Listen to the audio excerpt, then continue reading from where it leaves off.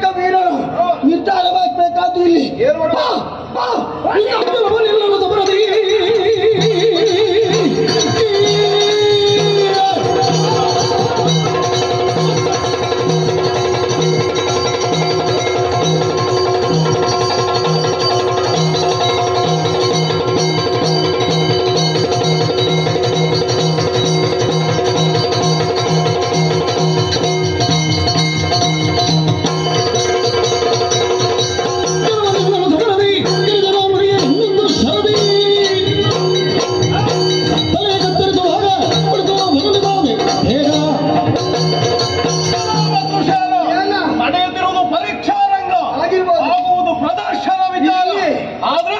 ಕೊಟ್ಟಿರುವುದು ಸ್ಪರ್ಧನೇನು ಗೊತ್ತಿದೆ. ಆಶ್ಚರ್ಯದ ಧೋರಣೆಯನ್ನು ಹೊಂದಿ ಪಂಥ ಈಗ ಓಹೋ ಆರ್ಥಭುವನೈಕ ವೀರ ಎನ್ನುವುದಕ್ಕೆ ಅಲ್ಲ ಪ್ರತಿಯಾಗಿ ಒಪ್ಪುವುದಿಲ್ಲ.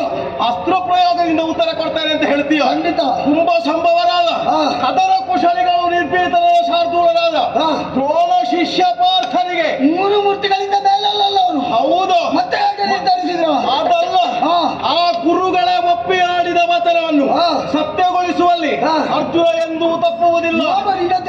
ಹೋಗ್ಬೇಕು.